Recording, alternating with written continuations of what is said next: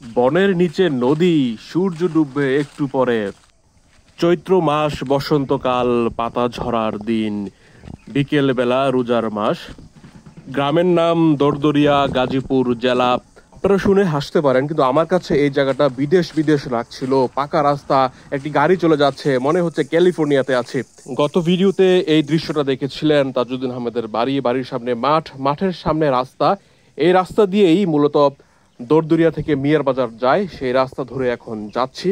এই 2025 সালে এসেও এরকম বন্য আবহাওয়া, তাও শিল্পায়িত জেলা গাজীপুরের বনের মধ্যে এরকম রাস্তা। মধ্যযুগের রানী ভবানীর গ্রাম, মধ্যযুগের শহর ছিল বাংলাদেশের প্রথম প্রধানমন্ত্রীর গ্রাম রায়দ ইউনিয়ন। তবে গত কয়েক বছর ধরে মাঝে মধ্যে রাতে কিংবা দুপুরে, নির্জন দুপুরে এই রাস্তাটি ভয়ঙ্কর হয়ে ওঠার রেকর্ড আছে। মাঝে মধ্যে হয়তো কয়েক মাস পর পর একবার, বিশেষ করে খড়ক নেমে আসে অটো রিক্সা চালকদের উপরই। যাত্রী ভেসে উঠে তারপরে বিভিন্ন ঘ্রাণ শুকিয়ে অটোরিকশা চালককে ভসে এনে বা জোর করে সেই রিক্সা ছিনতাইয়ের চেষ্টার কয়েকটি ঘটনা ঘটেছে এই রাস্তায়।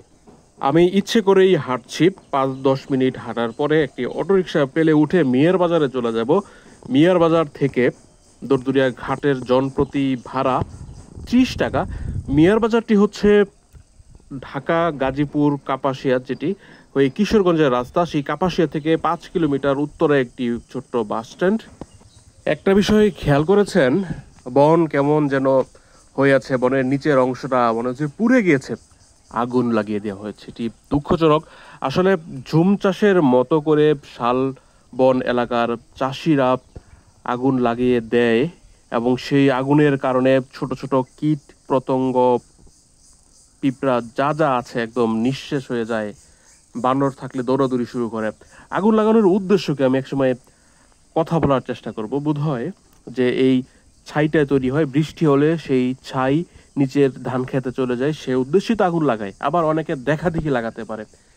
ইতিহাসে একটি কথা প্রচলিত আছে, যদিও এই মুহূর্তে আমার কাছে কোনো সুস্পষ্ট রেফারেন্স বা বইয়ের নাম নেই, কিন্তু অনেকবার শুনেছি যে ঢাকায় রাজধানী স্থাপনের আগে দরদরিয়ার সম্ভাব্যতা যাচাই করা হয়েছিল যে এইখানে রাজধানী স্থাপন করবে মুঘল সুবাদার ইসলাম খাঁ। যেহেতু টোকের ওই পাশেই 11 সিন্ধুতে ঈশাখার দুর্গ এবং 12 ভূঁইয়াদের দমন করার জন্যই সেই পশ্চিম বাংলার, সেই বিহারের রাজমহল থেকে এখানে রাজধানী নিয়ে আসা হয়। যেই উদ্দেশ্যে রাজধানী, সেই যেহেতু এখানে রাজধানী স্থাপন করলে সেই কাজটা বেশি সফল হতো, এই কারণে রাজধানী স্থাপনের পরিকল্পনা করেছে এবং এখানে সরেজমিনে আসে মুঘল সেনাবাহিনী বা সুবাদার ইসলাম খাঁও আসে টোক যাওয়ার পথে। কিন্তু নদীর পার থেকে, নদী থেকে এই গ্রামটা অনেক উঁচুতে বলে সামরিক বহর উঠানামার অসুবিধা হবে, সেই কারণে এখানে রাজধানী স্থাপন করেনি।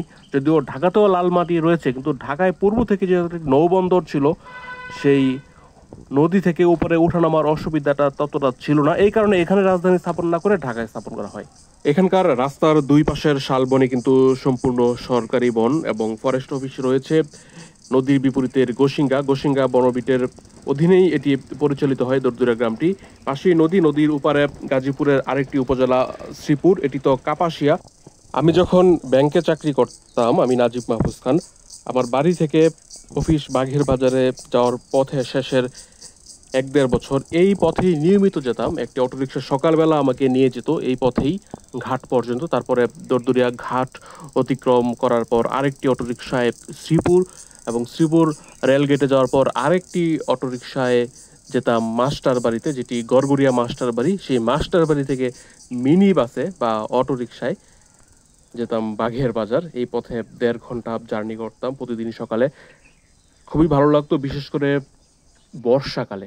বৃষ্টি শেষ হয়ে গেছে বা বৃষ্টি আসবে, ওইরকম মুহূর্তে বনের সৌন্দর্য বলে বোঝানো যাবে না। এখন যেমন বসন্তকাল, এখন আবার অন্য আরেকটি আবহাওয়া। শাল গাছে, গজারি গাছে ফুল ফুটেছে। একটু বাতাস হলে কিংবা রাতের বেলা এই পথে যাওয়ার সময় একরাশ মুগ্ধতা।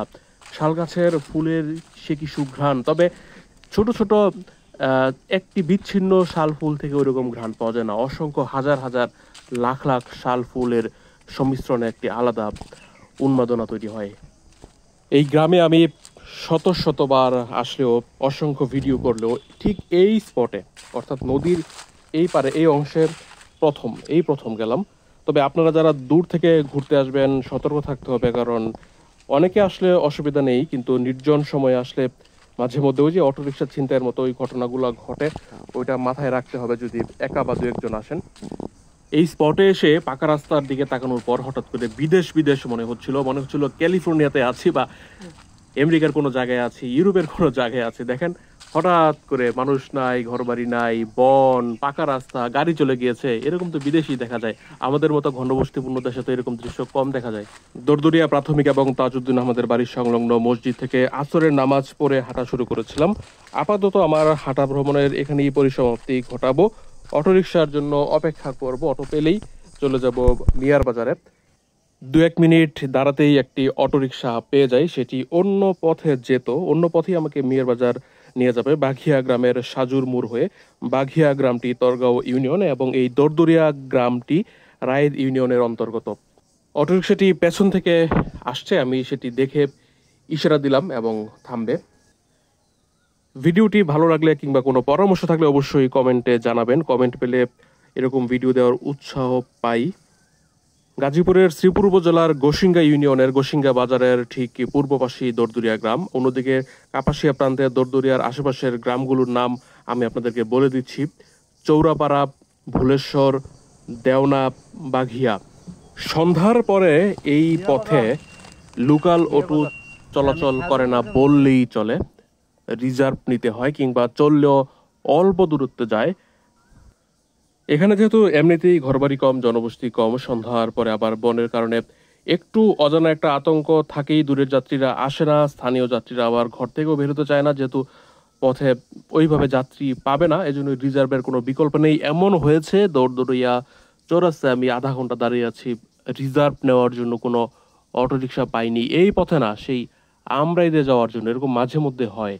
তবে দরদরিয়া ঘাট থেকে দরদরিয়া চৌরাস্তা হয়ে আমরাইদের রাস্তাটি বেশি চলনসই।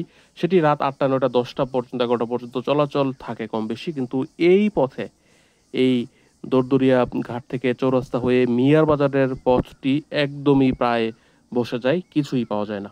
খেয়াল করে দেখুন, দুই পাশে ঘর বাড়ি শুরু হবে সামনেই।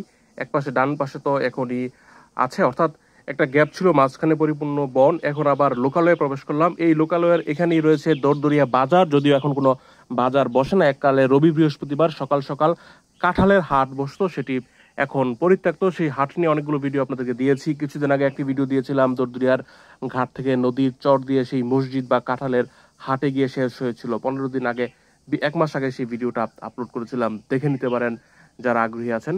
শেষ করছে এই ভিডিও।